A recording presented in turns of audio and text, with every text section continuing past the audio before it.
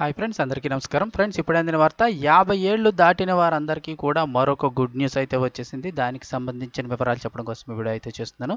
Video skip చేయకుండా పూర్తిగా చూడండి. అప్పుడే మీకు కంప్లీట్ ఇన్ఫర్మేషన్ అయితే అర్థమవుతుంది.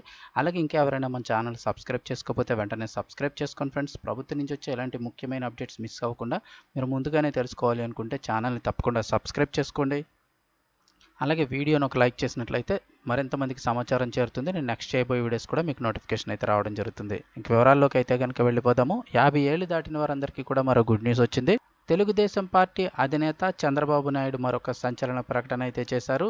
ట్విట్టర్ వేదికగా ఒక పోస్ట్ అయితే పెట్టారు. వివరాలు చూసినట్లయితే కనుక ఆధునిక సమాజంలో కుల నిర్మూలన ఉద్యమాలకు బీజం నాటిన తొలితరం సామాజిక సంస్కర్త జ్యోతిబా పూలే అని తెలుగుదేశం పార్టీ అధినేత చంద్రబాబు అన్నారు. పూలే జయంతి సందర్భంగా నివాళులు అర్పిస్తున్నట్లు చెప్పారు. ఈ మేరకు ట్విట్టర్ వేదికగా ఆయన పోస్ట్ చేశారు.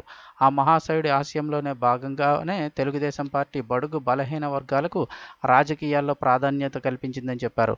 ఇక పూలే స్ఫూర్తితోనే బీసీలకు మరిన్ని హామీ ఇచ్చినట్లు చెప్పారు. మేము అధికారంలోకి వచ్చాక బీసీలకు 50 ఏళ్లకే నెలకు 4,000 రూపాయలు పెన్షన్ అయితే ఇస్తామని చెప్పారు.